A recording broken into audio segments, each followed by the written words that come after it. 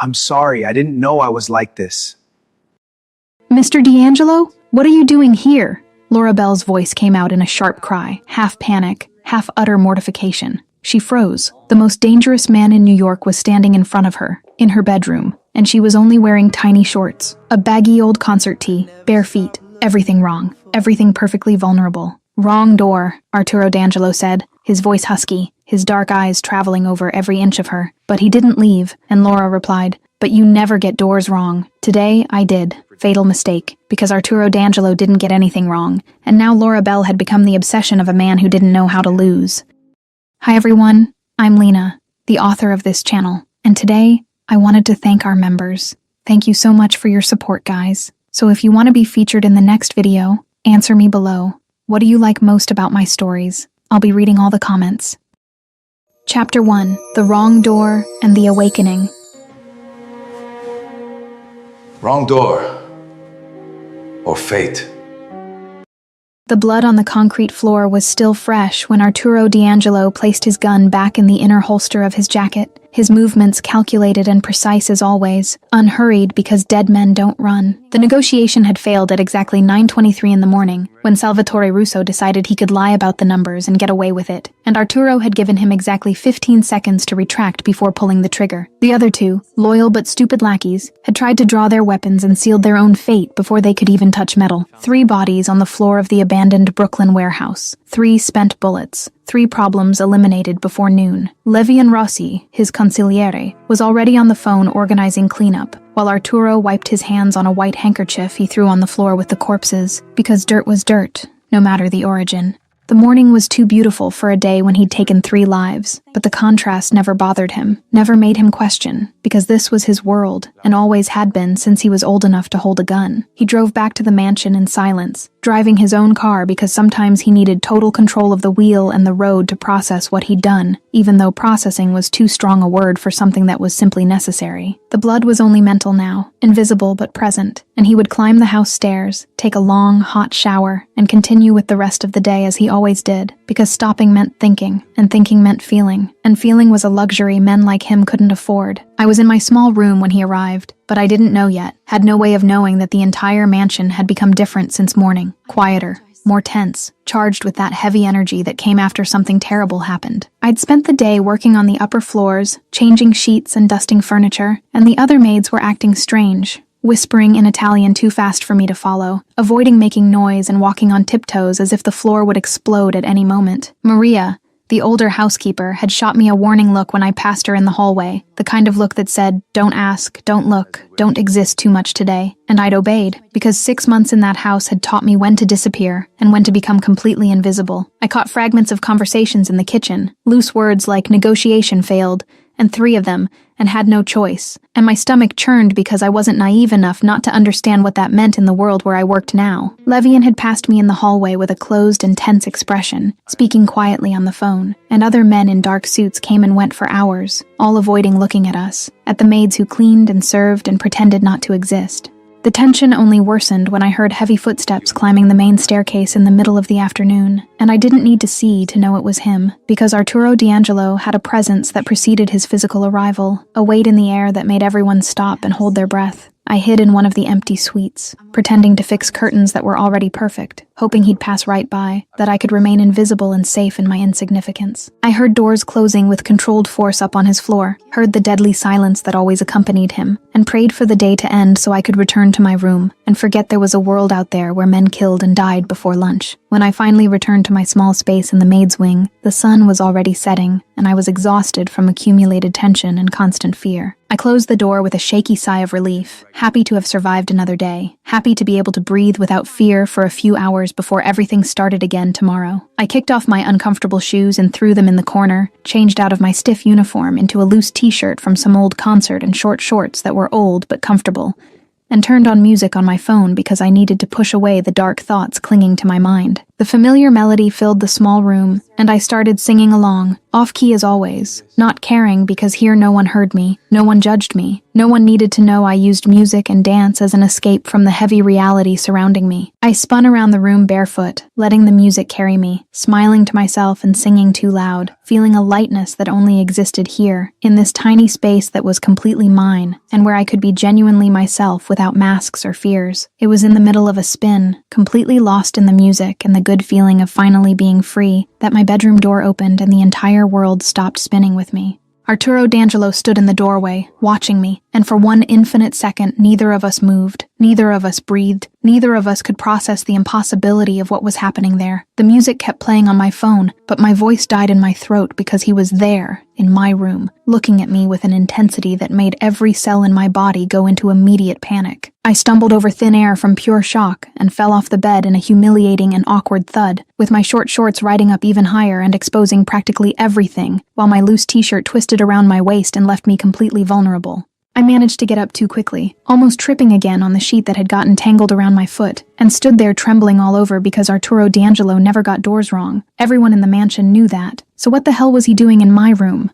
He didn't move, stayed there standing with those dark eyes fixed on me, and the expression on his face was something I'd never seen before, something between surprise and fascination, and a contained hunger that made my stomach flip with fear, and something else I didn't want to name. The silence stretched between us, heavy and dense, and charged with a strange electricity, while he observed me as if he were seeing something he didn't expect to find, something that had caught him completely off guard. "Mr. D'Angelo?" The words came out in a high-pitched and desperate scream that echoed in the small room and made me want to disappear from embarrassment. "What? Why are you here?" I pulled my t-shirt down in a completely useless gesture, trying to cover myself, trying to recover some remnant of dignity, but it was impossible when he'd seen me dancing and singing off-key like a complete idiot. He took a step into the room, and the door closed behind him with a soft click that sounded absurdly loud in the tense silence that had settled between us. My heart raced, because now we were locked in there together in that tiny space, and I didn't know what to do, didn't know how to react, didn't understand anything about what was happening. His eyes traveled over my body from top to bottom, lingering on my bare feet, moving up my legs exposed by the short shorts, stopping at the loose t-shirt that suddenly seemed to reveal more than it covered. "Wrong door." His voice came out hoarse and deep, loaded with something that made my skin break out in goosebumps all over, and my stomach tighten in a strange and frightening way. He didn't look away for even a second, kept watching me with that deadly intensity that was his trademark, and I felt completely exposed and naked under the weight of that gaze that seemed to see through me and reach places no one had ever reached before. The silence returned to dominate the room, and I tried to breathe, tried to think, tried to form some coherent response, but my brain had stopped working completely because none of this made sense. The words came out in a trembling whisper before I could think better of the idiocy of questioning Arturo D'Angelo about anything. "But you never get doors wrong." It was true, and everyone knew it, because he had a frightening photographic memory and absolute control over every inch of his territory. He remained silent for so long that I started to think he wasn't going to answer, that he was simply going to continue standing there, watching me with those dark and penetrating eyes, until I completely fell apart. But then his lips curved into a line that wasn't quite a smile, but wasn't neutral either, and his eyes finally met mine with an intensity that made my heart stop for a second, before racing in a chaotic and terrifying rhythm. Today I did. The words fell between us like stones thrown into a still lake, creating invisible waves that I felt spreading and changing everything even without understanding how or why. The way he said it,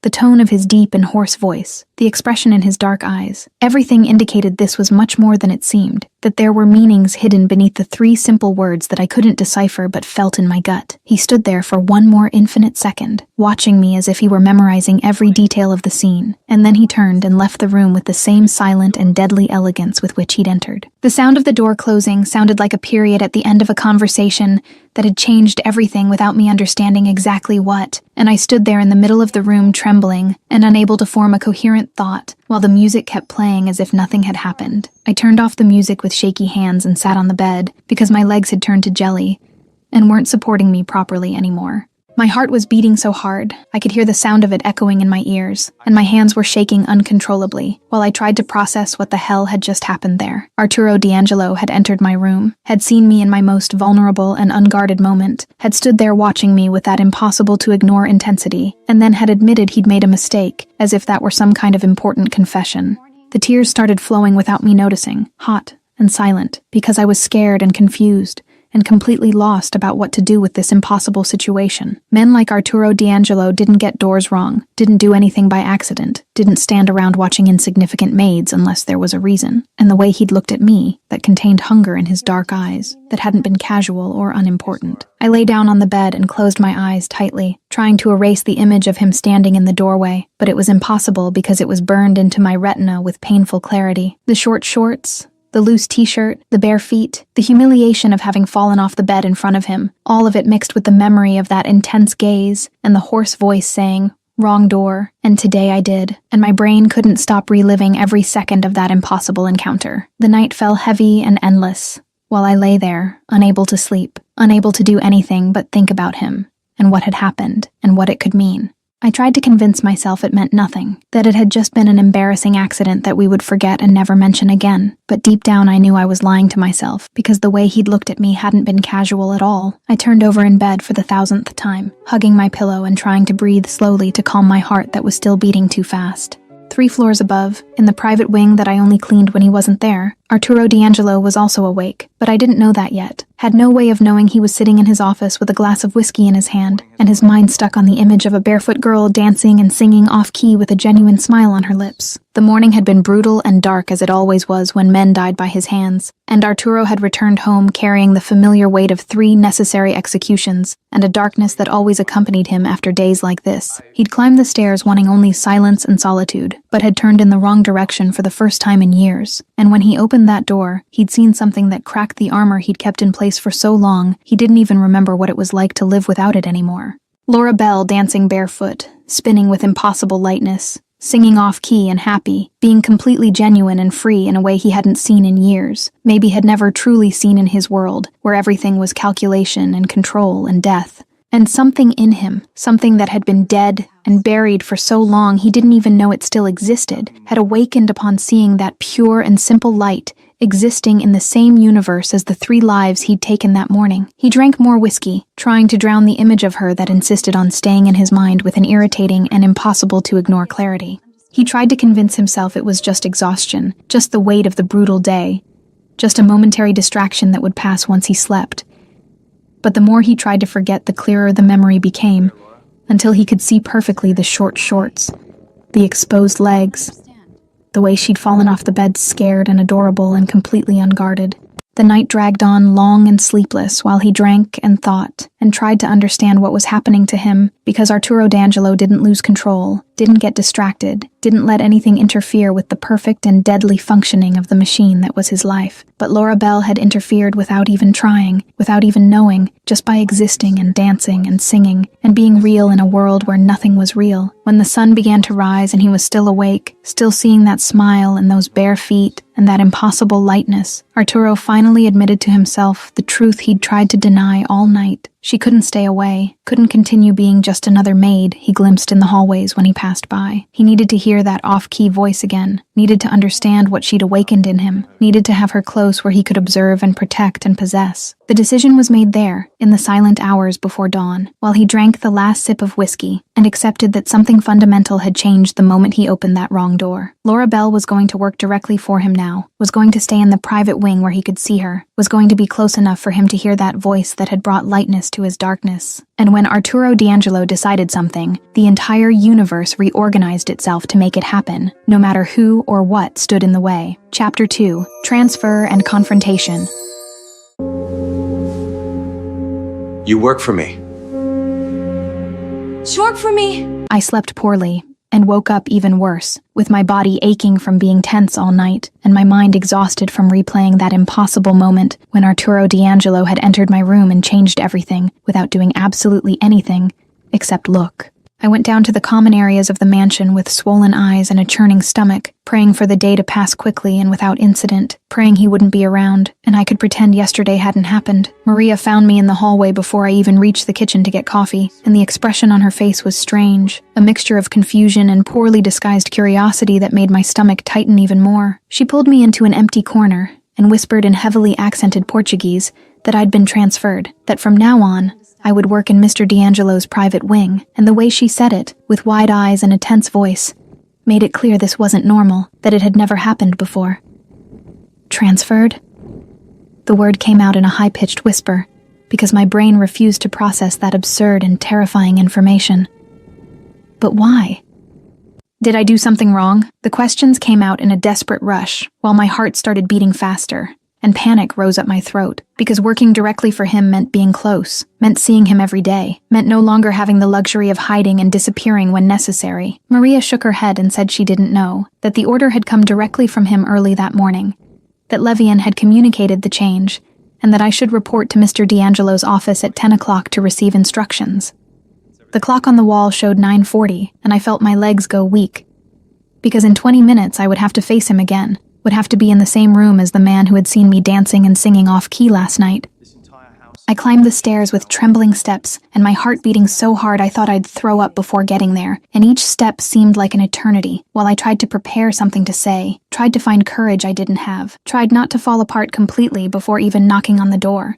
The private wing was silent and intimidating, decorated with expensive furniture and expensive artwork, and everything there screamed power and danger and a deadly elegance that made me feel even more out of place. I stopped in front of the dark wooden double doors leading to his office and took 3 deep breaths before I could raise my hand and knock, and the sound of my knuckles hitting the wood sounded absurdly loud in the heavy silence of the hallway. His voice came from inside, deep and controlled, telling me to enter, and I pushed the door open with trembling hands and entered the office that was as big as the entire Maid's floor. Arturo was sitting behind a huge mahogany desk, wearing an impeccable dark suit, and his eyes rose to meet me the exact second I crossed the door. The air left my lungs in an involuntary gasp, because he was even more imposing and dangerous in daylight, and the memory of yesterday came back with full force, reminding me of the short shorts and the loose t-shirt, and the humiliation of having fallen off the bed in front of him. "Miss Bell," he said my last name with that hoarse and deep voice that made my skin break out in goosebumps, and gestured to the chair in front of the desk with an elegant movement of his hand. "Sit." It wasn't a request. It was a clear and direct order, and I obeyed because my knees were shaking, and I didn't trust my legs to keep supporting me if I stood for much longer. I sat on the edge of the soft leather chair, with my back straight, and my hands clasped in my lap to hide how they trembled, and tried to keep my expression neutral,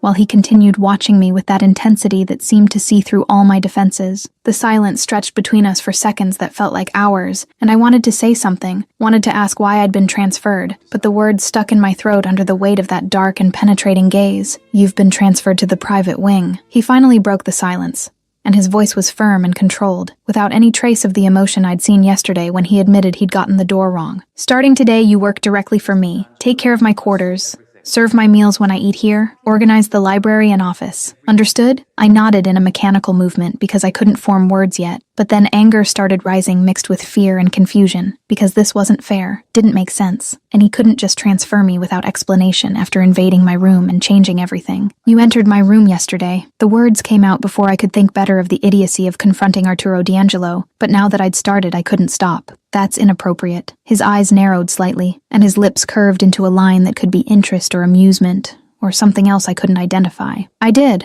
The answer came simple and direct, without denial, without excuse, without any trace of regret or embarrassment. And that made me even more furious because he didn't even try to pretend it had been an innocent accident. "Why?" My voice came out louder than I intended, loaded with all the frustration and confusion that had accumulated since last night. "Why did you enter my room? Why did you stand there watching me? Why are you transferring me to work directly for you now?" The questions came out in a desperate rush, while I leaned forward in the chair, momentarily forgetting fear under the weight of the need to understand what was happening. He remained silent for a moment that was too long, watching me with that intensity that made me feel completely exposed and vulnerable. And then he stood up from the chair in a fluid and elegant movement that made me recoil instinctively, even though I was on the other side of the desk. He walked around the huge piece of furniture with calculated and silent steps, and every inch he approached made my heart beat faster and my breathing more difficult. "I don't usually get doors wrong." His voice came out low and controlled as he stopped in front of me, so close I had to tilt my head back to maintain eye contact, so close I could feel the heat emanating from him and the smell of expensive cologne clinging to his skin. But yesterday I did, or maybe I didn't. The last words fell between us, loaded with a meaning I couldn't decipher but felt in my gut. I stood up from the chair in an abrupt movement because staying seated while he was standing and so close was unbearable. But that only made the situation worse because now we were just inches apart, and I could see details of his face I'd never noticed before. The small scars marking his skin, the perfect shape of his jaw, the absolute intensity in his dark eyes. But you did, and now you're transferring me? Why? I tried to keep my voice steady, but it came out shaky at the end, betraying how affected I was by his proximity. Arturo took another step in my direction, and I backed up until my back hit the bookshelf behind me. And now I was trapped between the solid wood and his imposing body that seemed to occupy all the available space in the huge office. He placed one hand on the shelf beside my head, leaning slightly forward, and the movement completely surrounded me without him needing to touch me, imprisoned me without using force, dominated me just with his presence. Because I decide, the words came out firm and absolute, loaded with a power that admitted no questioning or resistance. And I decided you work here, with me, now. He paused and his eyes dropped from my face to my body, traveling over the simple uniform I wore, lingering on the modest curves before returning to meet my gaze. This doesn't make sense. I managed to whisper, even with my throat tight, and my heart beating so hard I thought it would explode, because none of this made sense, because ordinary maids weren't transferred to work directly for the Don without reason, because the way he was looking at me wasn't professional or appropriate or safe. His other hand rose and the long, elegant fingers touched my chin, forcing me to keep my gaze fixed on his dark eyes as he leaned even closer, so close I could feel his breath brushing my cheek. It doesn't need to make sense. His voice came out low and dangerous, loaded with a veiled threat that made my stomach flip, and something else awaken deep inside me. You obey. Understood? I should say no, should push him away and run out of that office and this mansion and never come back. But there was something in the way he looked at me, something in the intensity of his dark eyes, something in the proximity of his body that made my mind stop working properly.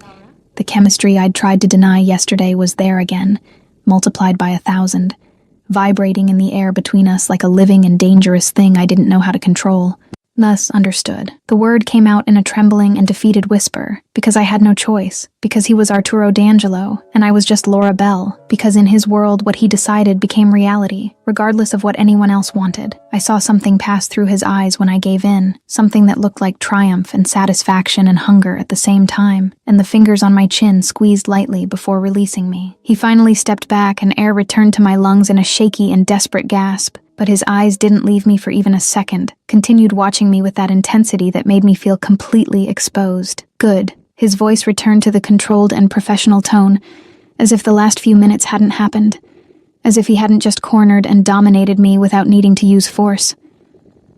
You start tomorrow. Maria will show you the quarters and explain the routines. I moved away from the shelf with wobbly legs and tried to walk to the door with some dignity, but it was difficult when my entire body was shaking and my mind was completely messed up by what had just happened there. I put my hand on the doorknob and was about to open it when his voice stopped me mid-movement, deep and hoarse, and loaded with something that made my skin break out in goosebumps all over. Laura. It was the first time he'd said my name, without the formal last name, just my name in his deep voice, and the sound made something strange happen in my chest. I turned to look at him over my shoulder, and saw he'd returned behind the desk, but his eyes remained fixed on me with that impossible-to-ignore intensity. His hair was slightly disheveled where he'd run his hand through it, and I realized it was the first time I'd seen anything about him out of place, any evidence that he was human, and not just a perfect deadly machine. He didn't say anything else, just kept looking at me in that way that made me feel like I was burning from the inside, and I finally managed to open the door and leave the office before doing something completely stupid like asking why he'd said my name that way. The hallway was empty and silent when I closed the door behind me, and leaned against the wall with my legs shaking so much I could barely stand. My heart was beating too fast, and my breathing came in short and irregular gasps, and I didn't know if it was fear or anger, or that dangerous thing I didn't want to name, that forbidden and completely inappropriate attraction that had grown between us in less than 24 hours. I brought my hand to my chin where his fingers had touched and could still feel the heat of his skin on mine, could still feel the way he'd forced me to maintain eye contact while dominating me without needing force. Maria appeared in the hallway and guided me through the private wing, showing me the huge and luxurious quarters I would have to clean starting tomorrow, explaining his routines and preferences with a low and respectful voice that made it clear she feared him as much as she admired him. I tried to pay attention, but my mind kept going back to the office, to the way he'd cornered me, to the moment when he said my name and changed something fundamental between us. I spent the rest of the day in a state of silent shock, doing my old tasks for the last time, while trying not to think about what would happen tomorrow when I had to start working directly for him. The other maids looked at me differently now, with a mixture of envy and pity in their eyes, because working for Arturo D'Angelo directly was an honor and a curse at the same time, meant being closer to power, but also closer to danger.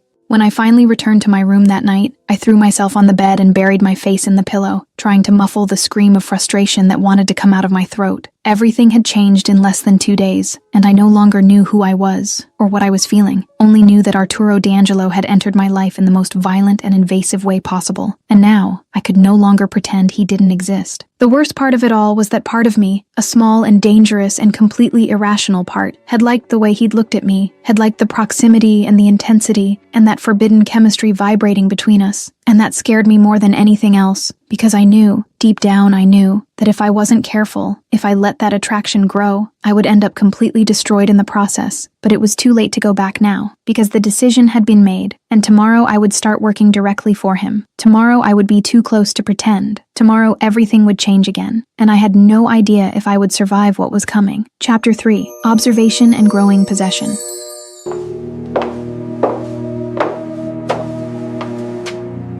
Keep singing. The first few days working in the private wing were a strange mixture of constant tension and almost normal routine, and I didn't know which of the two was more dangerous. I woke up early, climbed the stairs to his floor before the sun fully rose, and cleaned the huge quarters while trying not to think about who slept in that immense bed with black silk sheets, who showered in that Italian marble bathroom, who chose the expensive suits hanging in the closet that was bigger than my entire room. Arturo was rarely in the quarters when I worked in the morning, and I was grateful for that because I still hadn't learned to breathe properly near him, still hadn't figured out how to make my heart stop racing when I heard his footsteps in the hallway. I cleaned quickly and efficiently, changed the sheets that always smelled of his expensive cologne, organized the office desk where important papers lay scattered in piles I didn't dare read, and tried to convince myself this was just a job like any other. But it wasn't, and I knew it every time I found some personal detail of his lost among the calculated coldness of the quarters. An old photo in a half-open drawer, a book marked halfway through on the nightstand, a bullet scar on the wall that had been covered with paint, but was still visible if you looked carefully enough. Arturo D'Angelo wasn't just the dangerous and deadly Don everyone feared. He was also a man who read before sleeping and kept memories and bled when he got shot. It was on the third day that he caught me singing, and the humiliation of that moment still burned in my cheeks when I remembered it. I was organizing the huge library that occupied an entire room on his floor, climbing up and down the rolling ladder to put books in alphabetical order as Maria had instructed, and without realizing it I started humming softly to a song that had gotten stuck in my head. The melody came out off-key as always, but there alone I felt safe enough to let it escape, safe enough to be myself for a few minutes. I didn't hear when he entered the library, because his footsteps were always too silent, trained by years doing things that required silence and discretion, and the ability to appear without warning. I only noticed his presence when I turned with a stack of books in my arms, and almost dropped everything on the floor, because he was standing in the doorway watching me with that intensity that had already become both familiar and terrifying. "Mr. D'Angelo," my voice came out high-pitched and scared, while I held the books tighter to keep them from falling. I didn't know you were here." The words stumbled over each other while my face heated with embarrassment because he'd heard me singing again, and this time I didn't have the excuse of being in my own room thinking I was alone. He said nothing for a moment that was too long, just kept watching me with those dark eyes that seemed to see things I didn't show anyone, and then his lips curved into a line that almost could be called a smile if I didn't know men like him didn't truly smile. "Continue." The order came simple and direct, and I blinked confused, not understanding what he meant. Singing. Continue. The air left my lungs in a shaky gasp, because this was impossible, was ridiculous, was completely inappropriate, and I couldn't imagine why he would ask for something like that. I can't. Sorry. I know it's inappropriate to sing while working. I tried to apologize, but he cut me off with a gesture of his hand, elegant and final like everything he did. "I didn't ask for your opinion, Laura." My name came out in his hoarse voice, and made my skin break out in goosebumps like it had in the office days ago. "Keep working. And singing." He turned and left the library before I could respond, and I stood there holding the books, and trying to understand what the hell had just happened, trying to process the strange order, and the way he'd said my name as if it were something precious and dangerous at the same time. In the following days, I noticed he made a point of being around when I worked, appearing in the office when I was cleaning, entering the library when I was organizing books, passing through the room when I was fixing curtains. And whenever I hummed softly without realizing it, whenever I let some off-key verses escape, he would stop what he was doing and stand there listening to me with an expression I couldn't decipher. It was Levian who finally said what everyone was already thinking, but no one had the courage to verbalize. I was leaving the office with the coffee tray I'd served when I heard raised voices coming from inside, and even knowing I shouldn't listen, even knowing it was dangerous, my feet stopped in the hallway and my ears caught every word of the tense conversation. "You're looking at her. A lot. This is dangerous." Levian's voice was low but urgent, loaded with a concern that rarely appeared in the consigliere's always controlled tone. I pressed my back against the hallway wall, hidden, holding the tray and holding my breath to hear better. "Mind your own business." Arturo's response came dry and cutting, in the tone I'd already learned to recognize as a final warning, the voice he used before bad things happened. But Levian didn't back down like I would have, and his courage in continuing to speak left me both impressed and terrified. "Boss, she's a maid. You're the Don. This could..." Levian tried to argue but was abruptly cut off by Arturo's voice rising a few notches, and the sound made my stomach flip with fear, and something else I didn't want to examine too closely. "I know what she is, and I know what I am. Now get out." The words came out loaded with an absolute authority that admitted no discussion, and I heard Levian's footsteps moving away in the opposite direction from mine. I stood there trembling, processing what I'd just heard, trying to understand the implications of that conversation. About me, about us, about whatever was happening between me and Arturo D'Angelo. I managed to return to the kitchen with wobbly legs and a racing heart, and spent the rest of the day trying not to think about Levian's words, trying not to imagine what looking at her a lot meant exactly, trying not to feel that dangerous chemistry that grew every time Arturo and I were in the same environment. It was at the end of that same week that everything got even more complicated, when I was carrying a stack of clean towels that was too high to the bathroom and didn't see the Persian rug folded on the floor. My foot caught on the edge and I felt my balance slip, felt my body start to fall along with the pile of white towels, and closed my eyes expecting the painful impact against the cold marble floor. But the impact never came because strong hands caught me by the waist at the last second, pulling me back to balance with a strength and speed that took the air from my lungs. I opened my eyes and found myself inches from Arturo's face. So close I could see the small golden flecks in his dark eyes. So close I felt his warm breath brushing my cheek. So close my brain simply stopped working for a few seconds. His hands remained firm on my waist, his long fingers spread against the thin fabric of the uniform, and I could feel the heat of his skin burning through the clothes and marking my flesh underneath. Time stopped completely in that frozen moment, while we looked at each other without blinking, without breathing, without being able to move, or pull away even knowing we should. "Thank you." The word came out in a trembling and weak whisper, and I tried to pull away but his hands didn't release me immediately, kept holding me with a possessive firmness that had nothing to do with concern about keeping me on my feet. His eyes dropped to my face, lingered on my lips, returned to meet my gaze with an intensity that made my stomach flip, and something hot spread through my entire body. "Careful." His voice came out hoarse and low, loaded with something that went far beyond professional concern. "I don't want you hurt." The tone was possessive, dominant, as if I were his property that needed to be protected and kept intact, and that should scare me. But instead, it made something dangerous awaken deep inside me. I'll be careful." I managed to whisper, even with my throat tight, and my heart beating so fast, I thought I'd pass out right there in his arms. He finally released me, but his eyes didn't leave mine, kept watching me with that contained hunger I'd seen before, but that seemed more intense now, more dangerous, more impossible to ignore. It was at that moment that a female voice cut through the tension between us, cold and curious, and loaded with a sharp intelligence that made me recoil immediately. "Arturo,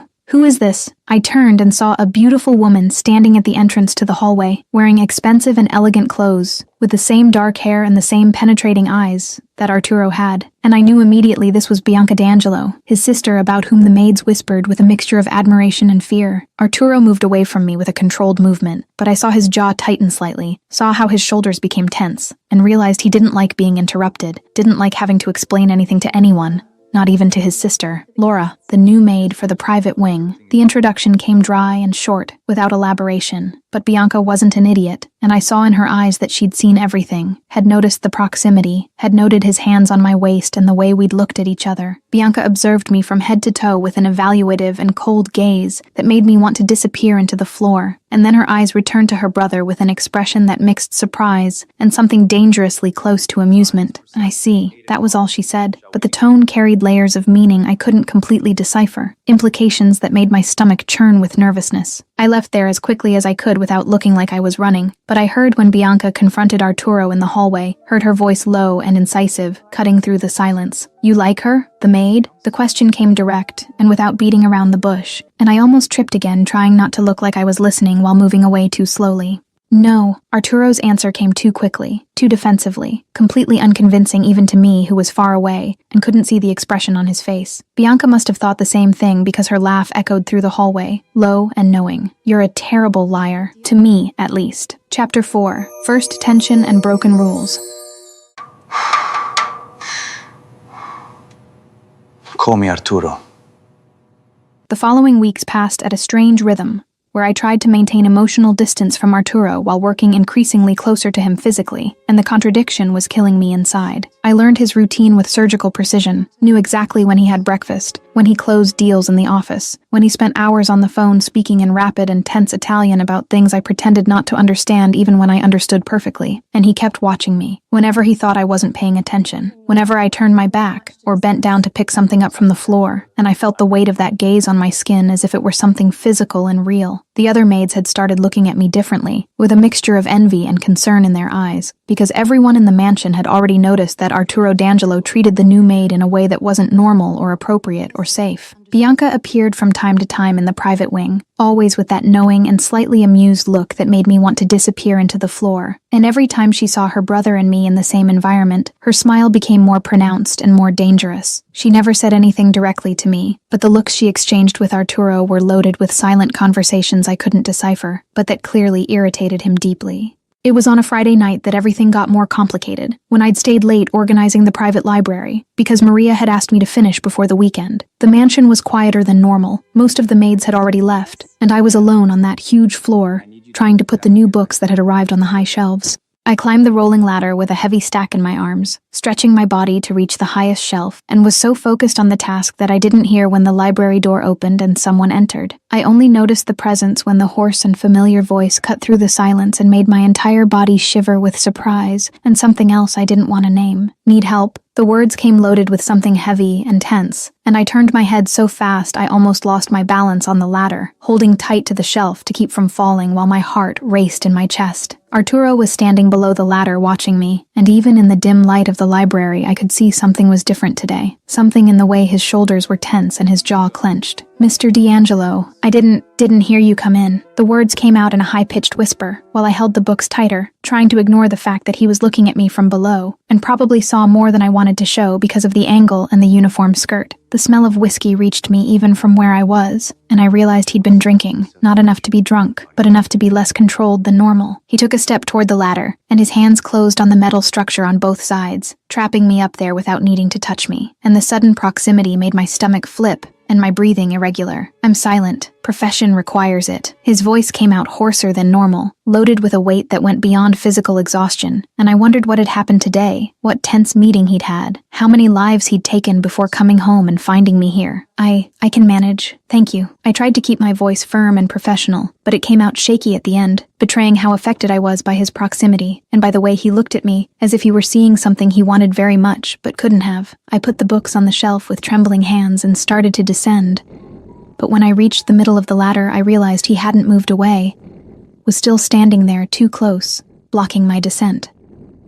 I stopped on the step where I was, and our eyes were almost at the same height, and the proximity was suffocating and electrifying at the same time, made my entire body vibrate with a strange energy I didn't know how to control. "Come down, now." The order came firm, but the voice was too hoarse, too affected, and I realized he was fighting against something, trying to maintain the control that always defined him, but failing in small and dangerous ways. I descended 2 more steps, and now I was completely trapped between his body and the metal ladder, so close I could see every detail of his face in the dim light. The small wrinkles around his eyes that showed exhaustion and years of tension, the perfect shape of his lips that never truly smiled, the intensity in his dark eyes that watched me as if I were the only real thing in a world of shadows and lies. The silence stretched between us heavy and loaded while we looked at each other unable to look away, unable to pull back even knowing we should. And then his words came out low and confessional in a way that caught me completely off guard. "You sing every night. I hear you." The admission came loaded with a vulnerability I'd never seen in him before, and I realized his quarters must be close enough to my room for him to hear when I sang before sleeping. My breath came out in a trembling gasp, because this changed everything. Knowing he lay awake listening to my off-key voice cross through the thick walls of the mansion. Knowing he paid attention to me even when I thought I was alone and safe.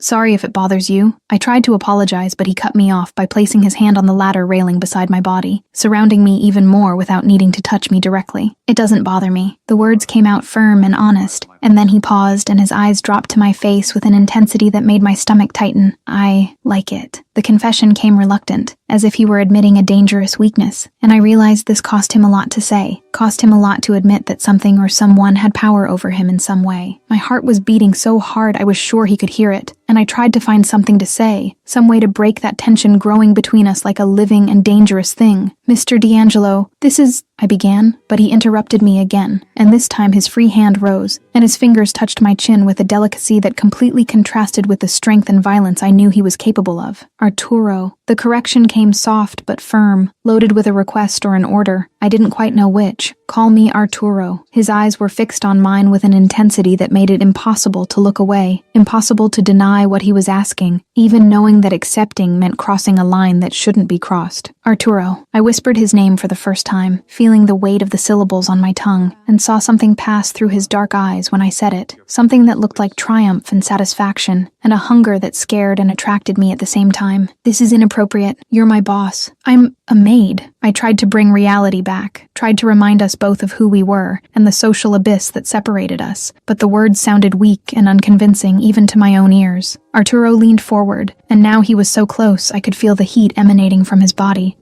could feel his breath brushing my cheek, could see the way his eyes dropped to my lips and stayed there for a second that was too long. "I don't care." The words came out in a raw and honest confession, and I realized he was telling the truth, that rules and hierarchies and social differences meant nothing to him in that moment. The entire world reduced itself to that small space between our bodies, to that suspended moment where everything could change irreversibly, and I knew that if he leaned in just a few more inches, if I didn't pull back now, something was going to happen that we wouldn't be able to undo later. My entire body vibrated with his proximity, and my mind screamed warnings I could no longer hear properly under the noise of my heart beating out of control. It was when the library door opened forcefully, and Levian's voice cut through the tension between us like a sharp knife. "Boss! Urgent!" The words came fast and tense, loaded with an urgency that admitted no delay, and Arturo pulled away from me so quickly I almost lost my balance on the ladder. I saw frustration pass over his face before the mask of control returned to place, saw the way his jaw clenched and his fists closed at his sides, before he turned to face Levian, who was standing in the doorway with a tense and worried expression. "This isn't over," Arturo said, the words looking at me over his shoulder, and the tone was a promise and a threat at the same time, before leaving the library after Levian and leaving me alone trembling on the ladder. I descended with wobbly legs and leaned against the bookshelf, trying to recover my breathing and process what had almost happened there, trying to understand why I hadn't pulled back when I should have, why part of me had wanted him to lean in those final inches and end the tension once and for all. My hands were still shaking when I finally managed to finish organizing the books and leave the library, and I passed through the door where he'd cornered me just minutes ago, still feeling the ghost of his presence in the air. The mansion was silent and empty when I went down to the maid's areas, but my mind was too loud, too full of dangerous thoughts and forbidden desires I could no longer completely deny. I know exactly what dangerous thoughts she's having. Chapter 5: Jealousy and First External Threat. No one touches you. I spent the entire night tossing and turning in bed, unable to forget the moment in the library, unable to stop thinking about how close he'd been, and what would have happened if Levian hadn't interrupted. Morning came with gray skies and the threat of rain, and I went down to the mansion's inner gardens carrying a basket of clean towels that needed to be stored in the external depot, grateful for the chance to breathe fresh air and try to organize my jumbled thoughts. It was when I was crossing the main garden that Luca, the young gardener who'd started working at the mansion a few weeks ago, saw me and waved with a gentle and completely innocent smile. He was truly Italian, had come from Naples a few months ago, and his heavy accent made everything he said kind of funny and charming in a carefree way. "Good morning, Laura." He put down the pruning shears and came in my direction, wiping his dirt-covered hands on his apron, and the wide smile on his tanned face was so genuine I couldn't help smiling back. "Are you okay? You look tired today." The concern in his voice was real and friendly, nothing more than basic human kindness, and for a second I allowed myself to appreciate the simplicity of that interaction. "I slept badly," I responded with a half smile, adjusting the basket on my hip. "But I'm fine, thanks for asking." Luca nodded and commented something about the new roses that had arrived, about how he wanted to plant them in the flower bed near the fountain, and I kind of listened while observing the flowers he pointed at, mentally thanking him for those minutes of normalcy in a world that had become completely chaotic. "Do you like flowers? I can make a bouquet for you if you want." The offer came sweet and innocent, accompanied by that open smile, and I was about to respond that it would be nice when I felt that strange sensation on the back of my neck, that weight of being watched. I turned my head instinctively and my stomach plummeted when I saw Arturo standing at the window of his second-floor office, his eyes fixed on me and Luca, and even from far away I could see the tension in his body, the way his jaw was clenched. I need to go." The words came out rushed while I quickly moved away from Luca, practically running to the depot, and when I looked back I saw he'd been confused by the sudden reaction, but had already returned to work. I stored the towels with trembling hands and went back inside the mansion, trying not to think about the expression on Arturo's face, trying to convince myself I'd imagined the contained fury I'd seen in his eyes. I spent the rest of the morning working in the private wing, but Arturo didn't appear like he usually did, and his absence was almost as disturbing as his constant presence had been in recent weeks. It was only in the middle of the afternoon that Maria called me in the hallway, with a worried and somewhat frightened expression, and my stomach was already churning before she even opened her mouth. "Mr. D'Angelo sent for Luca to his office." She whispered the words, looking around as if afraid of being heard. Door closed. "This isn't good, Laura. This is never good." Her tone carried years of experience working in that house. Years seeing what happened when Arturo D'Angelo closed the office door with someone inside. I stood in the hallway, feeling panic rise up my throat because I just knew, this had to do with me and the innocent conversation in the garden, had to do with the way Arturo had looked at me from the window, and the fury I'd seen on his face. I ran up the stairs even knowing I shouldn't, even knowing that getting involved in this would only make everything worse, but I couldn't stand still while Luca was in there being interrogated for something he hadn't done wrong. I got close to the office door and heard muffled voices coming from inside. Luca's confused and scared, Arturo's icy and controlled in a way that was much more terrifying than any scream. I pressed my ear against the heavy wood and managed to catch fragments of the conversation that made my blood freeze in my veins. "You spoke to Laura. Why?" Arturo's voice was low but loaded with a veiled threat that didn't need to be verbalized to be understood, and I heard Luca stammer a nervous response. I was just being polite, sir. She's a coworker. Be polite away from her."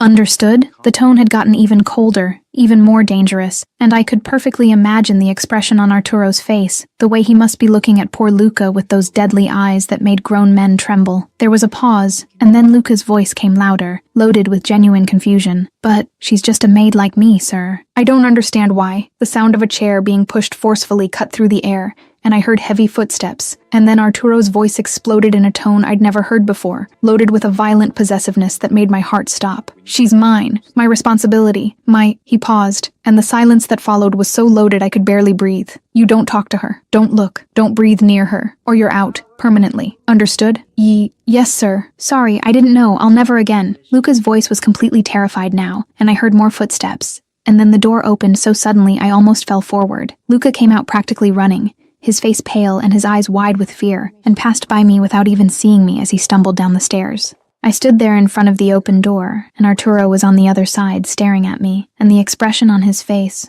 was something between fury and satisfaction, as if he'd just solved a problem that bothered him. Our gazes met, and everything I'd held in since morning exploded in a wave of anger and indignation. I entered the office and slammed the door behind me hard, and the words came out in a scream I didn't even try to control. "You threatened Luca! Why?" "He was just nice to me. Just talked. He didn't do anything wrong." My hands trembled with anger as I advanced in his direction, momentarily forgetting who he was and what he was capable of. Arturo didn't back down, didn't show any regret or guilt, just watched me with that familiar intensity while adjusting his shirt cuffs in a calm and calculated gesture. He was too close. The words came out simple and direct, as if that explained everything, as if that justified having terrorized an innocent boy. He was polite. "You can't just threaten people because they talk to me." My voice rose a few more notches, and I felt tears of frustration burning in my eyes, but I refused to let them fall in front of him. This is insane. Arturo moved so fast I didn't even see it, and suddenly he was in front of me, so close I had to tilt my head back to maintain eye contact, and the sudden proximity made all words die in my throat. I can, and I will. His voice came out low and dangerous, loaded with an absolute authority that admitted no discussion. Nobody touches you. Nobody looks at you. Only me. The air left my lungs in a trembling gasp, because the raw possessiveness in those words was terrifying and thrilling at the same time, made my entire body react in ways I didn't understand or control. "You don't own me," I managed to scream, even with my voice failing, even with my heart beating so fast I thought it would explode. Arturo leaned forward until his lips were dangerously close to my ear, and the whisper that came next was low and loaded with a dark promise. "Not yet, but I will." The words vibrated against my skin and made something hot spread through my entire body, and I knew I should push him away, should run out of that office and never come back, but my feet seemed glued to the floor. I finally managed to pull away from him and ran to the door, leaving the office with my heart racing and my mind completely messed up, because part of me was furious with his possessiveness, and another part, a small and dangerous part, had liked hearing those words, had liked knowing he saw me as his in some primitive and irrational way. I went down the stairs stumbling and almost bumped into Levian, who was coming up with a tense and worried expression. He grabbed my arm to steady me, and his eyes traveled over my face with professional attention, before speaking quietly. "You need to be careful, Laura. People are noticing." "Noticing what?" I asked, even though I already knew the answer, even though I already felt the weight of the implications of that observation. Levian looked around to make sure we were alone before responding, "That you're important to him. And when someone is important to the Don, that person becomes a target." The tone was serious and loaded with a genuine warning, and my stomach churned when I fully understood what he was saying. "Target of who?" I whispered, even though I wasn't sure I wanted to know the answer. "His enemies." Levian paused and squeezed my arm lightly before releasing it. "Matteo Caruso, specifically. He has spies everywhere, and if he finds out you're the boss's weakness..." He didn't need to finish the sentence because the implications were too clear, too terrifying. I left there with trembling legs and returned to my room, locking the door and throwing myself on the bed while trying to process everything that had happened today. Arturo had shown possessive jealousy in front of everyone, had threatened Luca for simply talking to me, had admitted he saw me as his property, and now I was in danger because of it, was becoming a target for dangerous men who wanted to use any weakness they found against Arturo D'Angelo. But worst of all was that even knowing this, even understanding the danger, I couldn't forget the way he'd said, "Not yet, but I will." Couldn't stop thinking about how those words had made my entire body react in ways that completely contradicted my anger. I was completely lost, and had no idea what to do, except hope that all of this wouldn't end up destroying me completely. It's that terrible moment that you've probably been through too, when you find yourself wondering, if everything keeps getting worse, will I be able to handle it?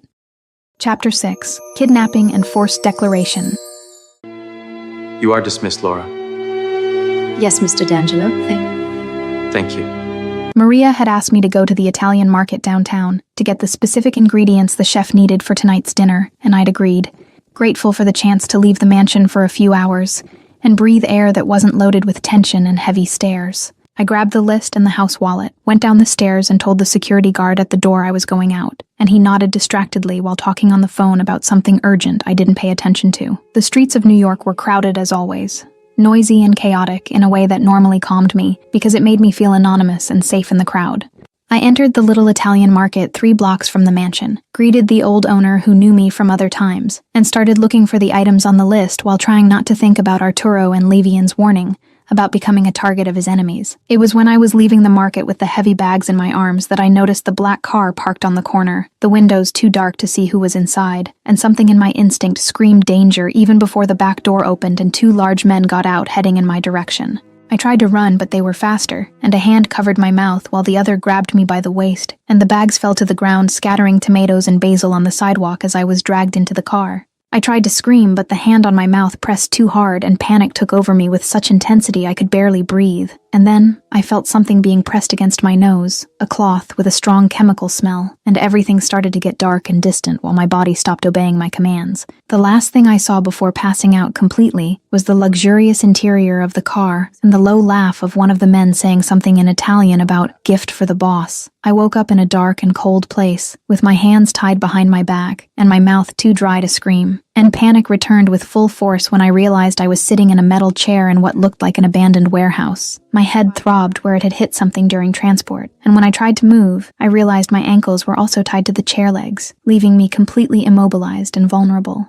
Finally awake, the voice came from somewhere in the shadows, loaded with an Italian accent heavier than Arturo's, and a man emerged from the darkness with a smile that made my stomach flip with pure fear. He was older than Arturo, must have been around 50, and his eyes were cold and cruel in a way that made me immediately understand this was the type of man who had no moral limits. Matteo Caruso, he introduced himself with a mocking bow. And you must be D'Angelo's special little maid. I tried to speak, but only a hoarse and weak sound came out, and he laughed at that while pulling another chair and sitting in front of me too close enough for me to smell the expensive cigar stuck to his clothes. You don't need to talk, dear. You just need to stay alive and pretty until your boss shows up to get you. The tone was too casual for the situation, as if kidnapping people was something he did every day before breakfast. And he will show up, because Arturo D'Angelo is predictable when it comes to things he thinks are his. Tears started flowing silently down my face while I trembled all over in the chair, and Matteo observed that with a satisfied expression, before getting up and walking around me like a predator circling prey.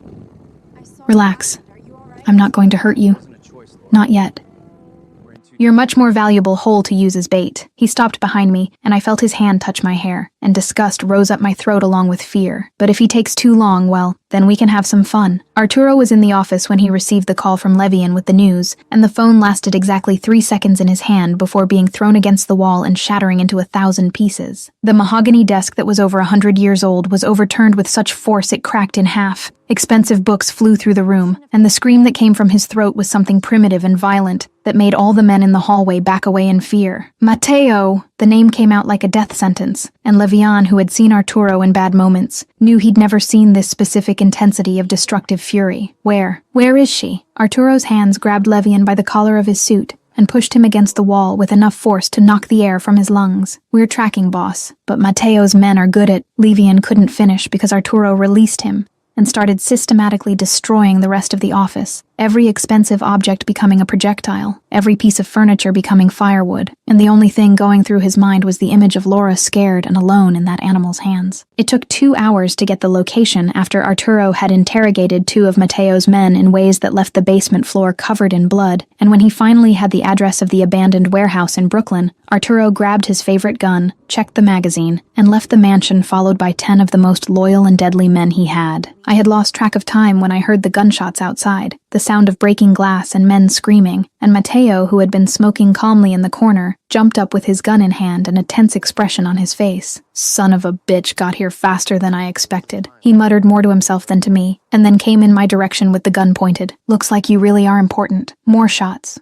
More screams, and then the deadly silence that was almost worse than the noise, and I closed my eyes tightly, praying it was Arturo, praying he had come, even knowing he would have to kill to get to me. The warehouse door exploded in a shower of wood splinters, and Arturo entered with his gun raised, his eyes sweeping the environment until he found me, and the expression on his face when he saw me tied up was something between relief and a fury so intense that even Matteo took a step back. D'Angelo. Matteo tried to smile, but his voice came out tense. Long time. I see you're as predictable as... He couldn't finish the sentence because Arturo fired, and the sound of the shot echoed in the empty warehouse as Matteo fell to the floor with a perfectly centered hole in his forehead, his eyes still open in shock and surprise. I let out a muffled scream and started crying uncontrollably, because I'd seen a man die in front of me, had seen Arturo kill someone without hesitation, and even knowing who he was, even knowing what he was capable of, seeing it with my own eyes, was completely different. Arturo ran to me in a movement so fast it seemed blurred, and his hands were already cutting the ropes on my wrists, while his eyes traveled over my body looking for injuries. Are you hurt? Did he touch you? Answer! His voice came out desperate and urgent in a way I'd never heard, loaded with a real fear that completely contrasted with the controlled man he always was. The ropes finally came loose, and he pulled me out of the chair, his hands holding my face with a delicacy that didn't match the blood still fresh on his shirt. No, he didn't. I was just scared. I managed to sob between tears, and then his arms wrapped around me in a hug so tight I could barely breathe. But I didn't care, because after hours tied up and terrorized, That hug was the safest and most comforting thing I'd felt in my life. His face buried in my neck, and I felt his irregular breathing against my skin, felt the way his entire body trembled slightly with adrenaline and residual fear. I found you. I'll always find you. Always. The words came out muffled against my neck, but loaded with an absolute promise. And then he pulled back just enough to look at my face, and what I saw in his eyes made my heart stop completely before racing in a chaotic rhythm. Arturo kissed me. It was urgent and desperate, and loaded with everything that had gone unsaid between us in recent weeks. And I responded without thinking, because fear had turned into need. Because after thinking I was going to die, the only thing I wanted was to feel that I was alive. His hands were on my face,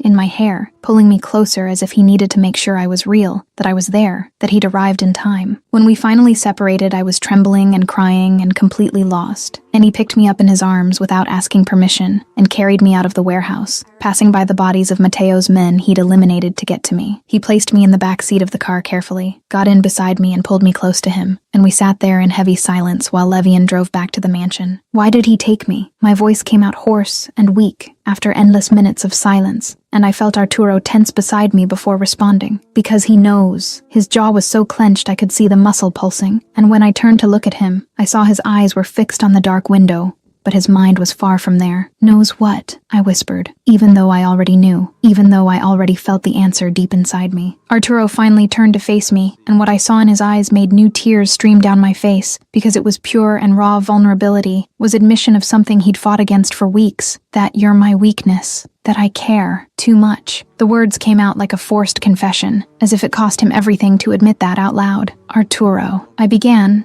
but didn't know what to say, how to process that declaration that changed everything between us. I didn't plan this, didn't want it, he continued, the words coming out in an urgent rush now that he'd started. But I can't stay away, can't not protect you, not want you. His hand rose, and his fingers wiped the tears from my face with an impossible delicacy coming from a man who had just killed 4 people to rescue me.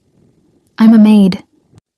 I tried to bring reality back, tried to remind us both of the differences that separated us, but he cut me off by putting his finger on my lips to make me stop talking. I don't care. About rules, tradition, or family. Arturo paused and his eyes pierced mine with absolute intensity. I care about you. The words fell between us definitive and irreversible, and I knew in that moment everything had changed, that after today there was no going back, that we'd crossed a line that couldn't be uncrossed. I nestled against his chest and let the tears fall silently while the car cut through the night back to the mansion, and his arms held me tight as if he was afraid I'd disappear if he let go. And maybe he was right to be afraid, because his world was violent and dangerous, and today I'd experienced firsthand what it meant to be important to Arturo D'Angelo. But even knowing that, even understanding the danger, I couldn't regret that kiss, or those words, or the way my heart had reacted when he said he cared about me too much. I was completely lost in him, and there was no going back. Chapter 7. Burning Scenes.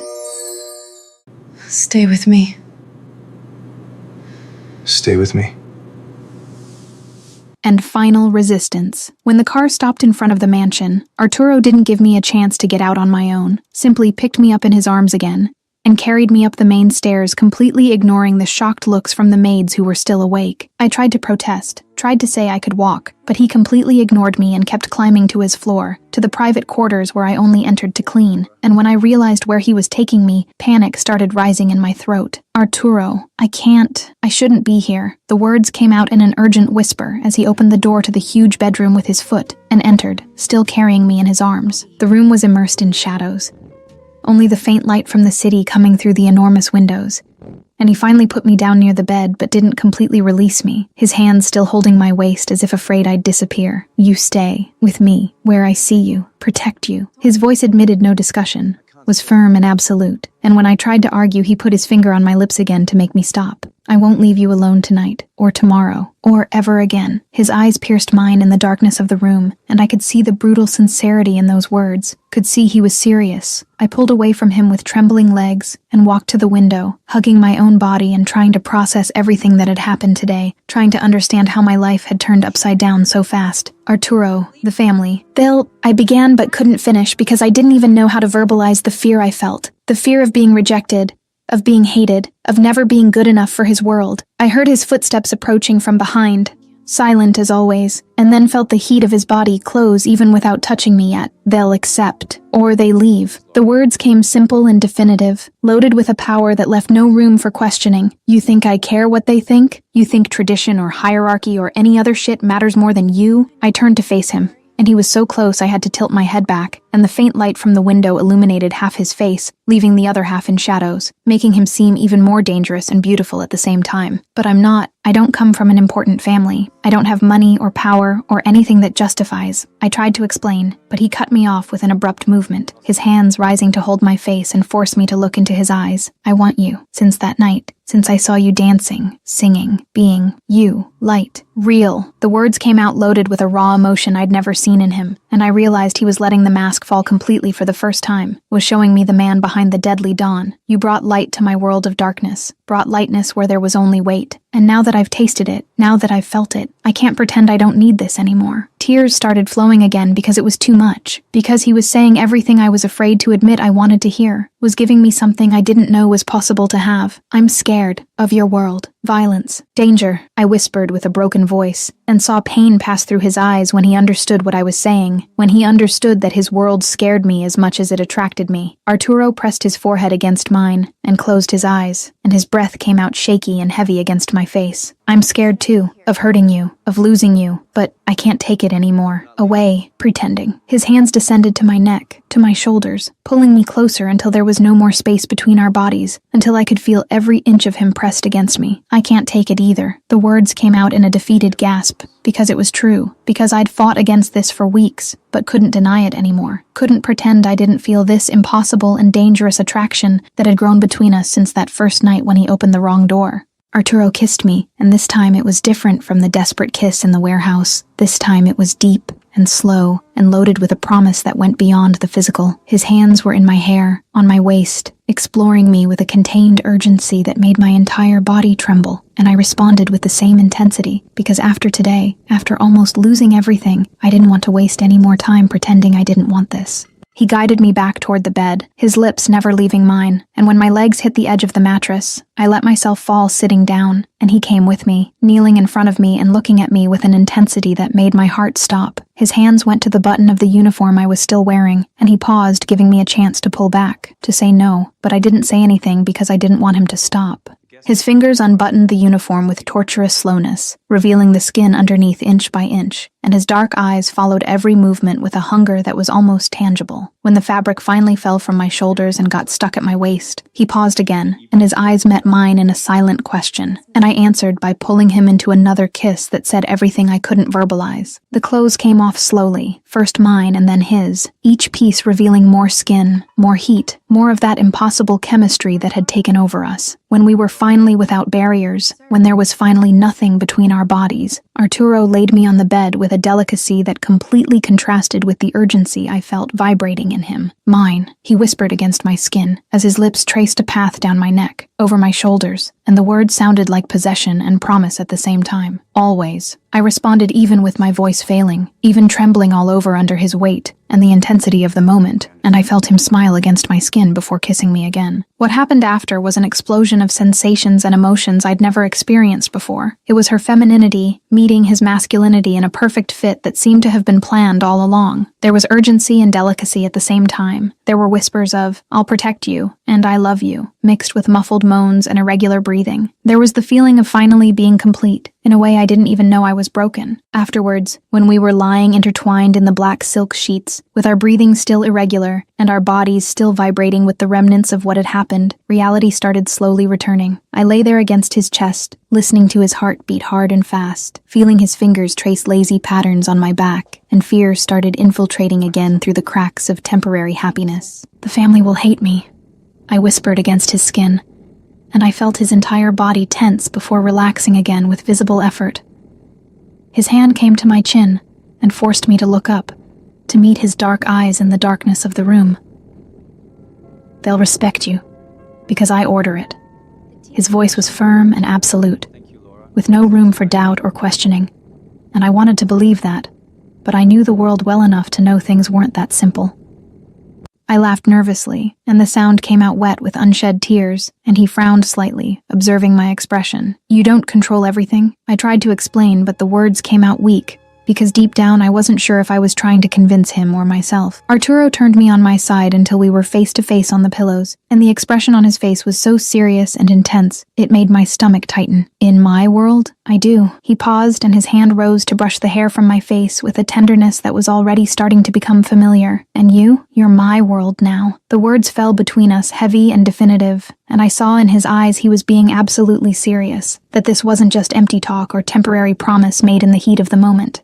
I nestled against his chest again, because I didn't know what to say, because part of me wanted to believe he could really protect me from everything, that love could be enough to overcome the differences between our worlds. His arms wrapped around me tight, and I closed my eyes, letting exhaustion and the trauma of the day finally take me, letting myself truly sleep for the first time in weeks, knowing I was safe. Arturo stayed awake long after her breathing became regular in sleep, watching her relaxed and peaceful face in the darkness, and the realization of what he'd just done, what he'd just admitted, weighed on him with a force he didn't expect. He'd crossed all the lines he swore he'd never cross, had let someone into a place he'd always kept empty and protected, had allowed himself to feel something that made him vulnerable in ways that could be deadly in his world. But when he looked at her sleeping in his arms, when he remembered the terror he'd felt when he learned Mateo had taken her, when he revisited the feeling of finally having her completely, Arturo knew there was no going back. Laura Bell had become the most important thing in his life, more important than power or tradition or anything else he'd built during years of blood and violence, and he was going to protect her, no matter the cost, no matter who stood in the way, no matter how many rules he had to break or how many enemies he had to eliminate. She was his now, completely and irrevocably, and anyone who tried to change that would discover exactly why Arturo D'Angelo was the most feared Don in New York. He kissed her forehead softly and finally closed his eyes, letting sleep take him too, and for the first time in years he slept without nightmares, only with the feeling of Laura safe in his arms, and the absolute certainty that he'd finally found something worth fighting to keep. Chapter 8. Public Acceptance and Breathing Together. She is my future.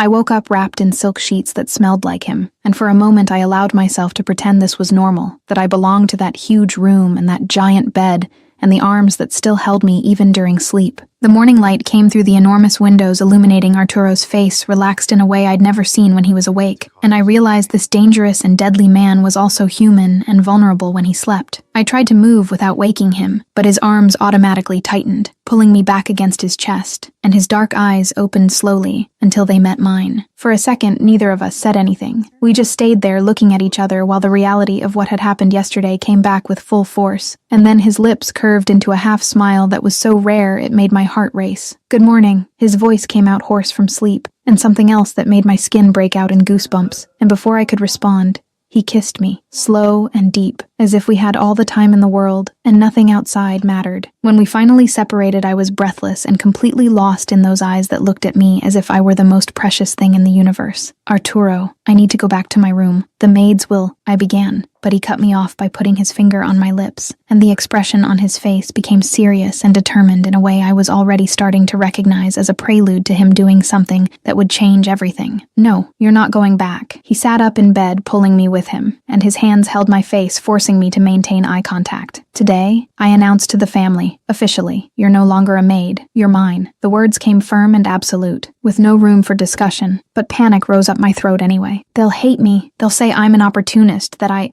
tried to argue, but Arturo kissed me again, short and sweet this time, just to make me stop talking, and when he pulled away, his eyes were full of a determination that admitted no questioning. They'll respect you, because I order it, and in my world, what I order becomes reality. He paused, and his fingers traced my jaw with a delicacy that contrasted with the firmness of the words. Trust me, please. And I trusted, because I had no choice, because I'd already given myself completely to him, and now all that was left was to see if his world would accept me, or destroy me in the process. The D'Angelo family meeting happened in the late afternoon in the mansion's main hall, and I was hiding in Arturo's room trying not to throw up from nervousness while listening to the sounds of voices arriving downstairs. Bianca had appeared earlier, had looked me up and down with that evaluative expression, and then to my complete surprise had smiled and said, about time he found someone who makes him truly smile. Arturo came to get me wearing an impeccable black suit that made him look even more dangerous and powerful, and when he saw me wearing the simple but elegant dress Bianca had insisted on lending me, his eyes darkened in a way that made my stomach flip. Beautiful, That was all he said, but the way he said it, the tone of his voice, made it worth more than any elaborate speech. We went down the stairs hand in hand, and when we entered the hall, the silence was instant and heavy, all eyes turning to us with expressions ranging from shock to curiosity to poorly disguised disapproval. I recognized some faces from photos I'd seen while cleaning, uncles and cousins and important associates, all dressed expensively and emanating that air of power and danger that seemed to be the D'Angelo family trademark. Arturo guided me to the center of the hall with firm and confident steps, and when he stopped and turned to face the assembled family, his hand squeezed mine in a gesture of silent support before releasing it and placing his arm possessively around my waist. The silence deepened even more if that was possible, and then his voice cut through the air loaded with an authority that admitted no questioning. Laura Bell is my woman, not girlfriend, not fling, mine. The words echoed through the huge hall, and I felt all eyes piercing my skin, judging, evaluating, trying to understand how a maid had managed to capture the Don's attention. She has my protection, my name, my respect, and everyone here will treat her that way, or they leave, permanently. The silence that followed was so tense I could hear my own heart beating out of control, and then to my complete surprise, it was Bianca who broke that impossible moment. She stood up from the armchair where she was sitting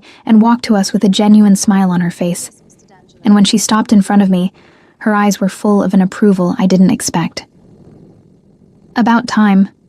You're human again, Fratello, she said, looking at her brother with obvious affection before turning to me. Welcome to the family, Laura, officially. And then she hugged me, quick but sincere, and that simple gesture made tears burn in my eyes because it meant acceptance in a way I didn't think was possible. Levian was next, standing up with that knowing half-smile on his face. Boss, you're in love. Never thought I'd see the day. The tone was joking, but loaded with genuine respect. And when he extended his hand to me, I shook it with trembling gratitude. Take care of him. God knows someone needs to. The others accepted one by one, some with more reluctance than others, but none dared to openly question Arturo's decision, because everyone knew doing so would be signing their own death sentence. When the meeting finally ended and people started to disperse, I was emotionally exhausted but also lighter, because the first obstacle had been overcome, and I was still standing. It was 3 days later that revenge came, not from Matteo, who was already dead, but from the Caruso family who wanted blood for the execution of their patriarch. The attack happened in the middle of the night, armed men invading the mansion in a desperate and poorly planned attempt to eliminate Arturo and send a message to anyone who dared defy their family. I woke up to the sound of gunshots and breaking glass, and before I could process what was happening, Arturo was already on his feet with his gun in hand, pushing me to the floor beside the bed and covering my body with his, while more shots echoed through the hallway outside. Stay here. Don't leave. Understood? His voice was hard and commanding, and I could only nod while trembling all over with fear. He left the room, and I stayed there lying on the cold floor, listening to the sounds of war happening in my new home, hearing screams and shots, and the sound of things breaking, and I prayed for Arturo to come back whole, for this to end soon. It took 15 minutes that felt like hours until silence returned, and then the door opened, and he entered covered in blood. I prayed wasn't his. It's over. They're dead. That was all he said before going to the bathroom, and I followed him with trembling legs, and saw when he washed the blood from his hands in the marble sink, and the reality of his world hit me with full force in that moment. This was going to be my life now, waking up to attacks in the middle of the night, seeing him return covered in blood, living with the constant fear that one day he wouldn't come back. I don't know if I can live like this, with fear, violence. The words came out in a broken whisper as I leaned against the doorframe, and I saw when he stopped washing his hands and turned to face me with an expression that mixed pain and understanding. Arturo dried his hands and came to me, and for the first time since I'd known him,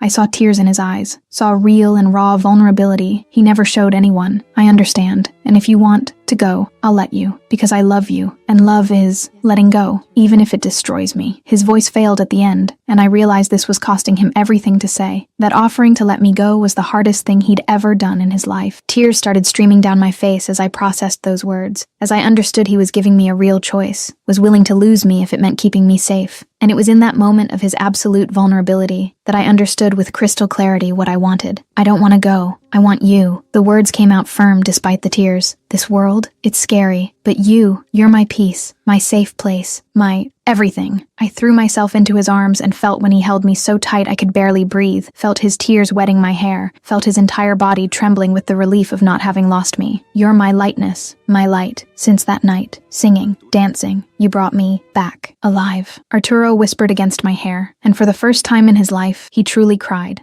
with relief and love and gratitude for having found someone who accepted him completely, darkness and all. We kissed there in the bathroom with mixed tears, and blood still fresh in the sink, and it was the the most honest and true kiss we'd ever shared, because it was pure choice without illusions, was love despite fear, was commitment, even knowing the price. 6 months later, the mansion had changed completely. Not in physical structure, but in the energy that filled the hallways and rooms. I had officially become Laura D'Angelo, the Donna, and the maids treated me with genuine respect, mixed with affection, because I'd never forgotten where I came from, had never let power go to my head. Bianca had become my best friend and confidant. Levian made jokes about how Arturo smiled now and that scared enemies more than the closed-off face from before, and the entire family had learned to accept me not just out of obligation, but because they saw the effect I had on their Don, saw how he was more balanced, more human, more alive. I was in the room that was now ours, singing off-key while folding clothes, and didn't even notice when Arturo entered silent as always and stood in the doorway watching me with that small but genuine smile that now appeared frequently when he was with me. I only noticed his presence when I turned and saw him there, leaning against the doorframe with his arms crossed, and that look that still made me melt inside. "You were watching me again," I accused with a smile, and he shrugged without any trace of shame or regret. "I'll always watch. I'll never get tired of seeing you being you." He came to me and pulled me into his arms, and even after months together, even living there officially, that hug still made me feel completely safe and loved. "Sing for me." The request came soft against my hair. "You know I sing terribly." I laughed nervously but started humming anyway, the same song I was singing that first night when he opened the wrong door and changed our lives forever. I felt when he completely relaxed against me, felt his breathing calm, felt the way he held me, as if I were the most precious thing in his world. "Sing forever. For me," Arturo whispered, and when I lifted my face to look at him, I saw absolute love in the dark eyes that once intimidated me, but now only made me feel at home. "Always. Only for you," I promised before kissing him, slow and sweet, and in that kiss was everything we'd been through together, all the pain and fear and violence, but also all the love and acceptance and choice to be together despite everything. We could finally breathe, together, safe, loved. In the middle of the chaos and darkness of his world, we'd found light in each other, had found peace in the impossible, had proven that love could indeed overcome all differences and obstacles when it was real